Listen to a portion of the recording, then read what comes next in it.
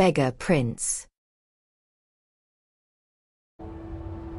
We look down upon the beggars of the empire.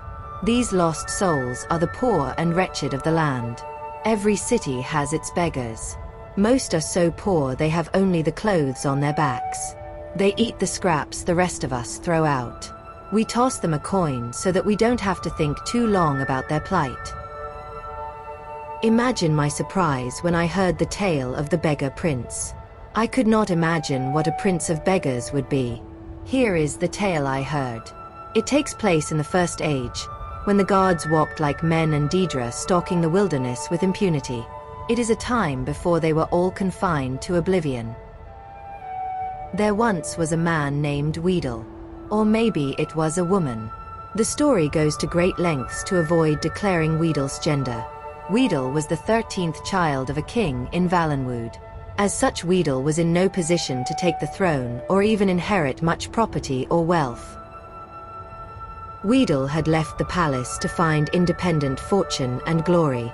After many days of endless forest roads and tiny villages, Weedle came upon 3 men surrounding a beggar. The beggar was swaddled in rags from head to toe. No portion of the vagabond's body was visible. The men were intent on slaying the beggar. With a cry of rage and indignation, Weedle charged the men with sword drawn. Being simple townsfolk, armed only with pitchforks and scythes, they immediately fled from the armored figure with a shining sword. "Many thanks for saving me," wheezed the beggar from beneath the heap of foul rags. Weedle could barely stand the stench. "What is your name, wretch?" Weedle asked. "I am Namara." Unlike the townsfolk, Weedle was well learned. That name meant nothing to them, but to Weedle it was an opportunity. "You're the Daedric Lord," Weedle exclaimed. "Why did you allow those men to harass you? You could have slain them all with a whisper." "I am pleased you recognized me," Namara rasped. "I am frequently reviled by townsfolk. It pleases me to be recognized for my attribute, if not for my name."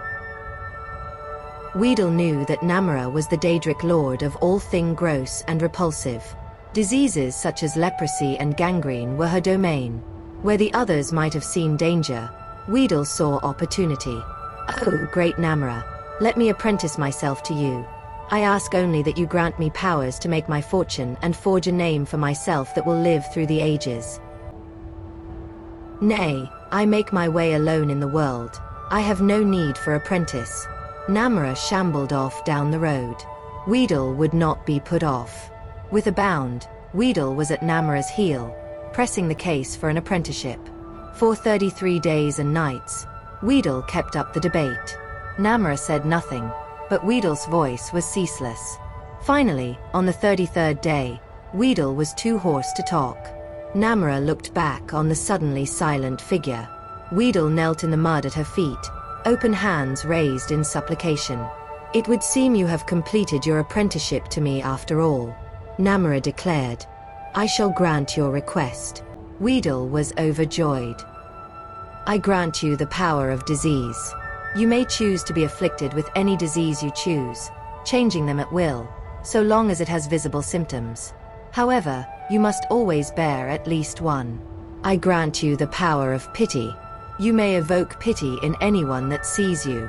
Finally, I grant you the power of disregard. You may cause others to disregard your presence." Weedle was aghast. These were not boons from which a fortune could be made. They were curses, each awful in its own right, but together they were unthinkable. How am I to make my fortune and forge a name for myself with these terrible gifts? As you begged at my feet for 33 days and 33 nights, so shall you now beg for your fortune in the cities of men. Your name will become legendary among the beggars of Tamriel. The story of Weedle, the Prince of Beggars, shall be handed down throughout the generations. It was as Namara predicted. Weedle was an irresistible beggar. None could see the wretch without desperately wanting to toss a coin at the huddled form. However, Weedle also discovered that power of disregard gave great access to the secrets of the realms.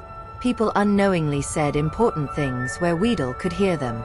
Weedle grew to know the comings and goings of every citizen in the city. To this day, it is said that if you really want to know something, go ask the beggars. They have eyes and ears throughout the cities. They know all the little secrets of the daily lives of its citizens.